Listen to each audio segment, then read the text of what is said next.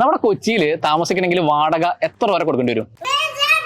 വാടക ഒരു 5,000 രൂപ.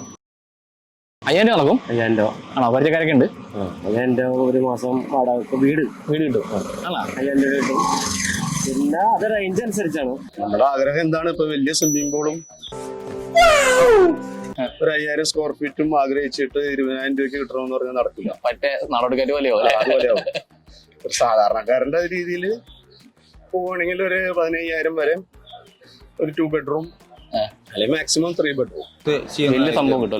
ഇപ്പൊ റെന്റിന് എടുക്കുന്നതിനാണോ ലാഭം, കൊടുക്കുന്നതാണോ ലാഭം? റെന്റ് നമ്മൾ സ്ഥാപനത്തിന് നമ്മൾ എടുക്കുന്നത് തന്നെയാണ് ലാഭം. നമുക്ക് അത് മേടിക്കുന്നത് നഷ്ടമാണത്. ഞങ്ങളിപ്പോ താമസിക്കുന്ന ഹോസ്റ്റലിലാണ്. 5,000 രൂപ 5,500 ആ റേഞ്ച് വരുന്നത് ബാച്ചിലർ ആണെങ്കിൽ അല്ലേ?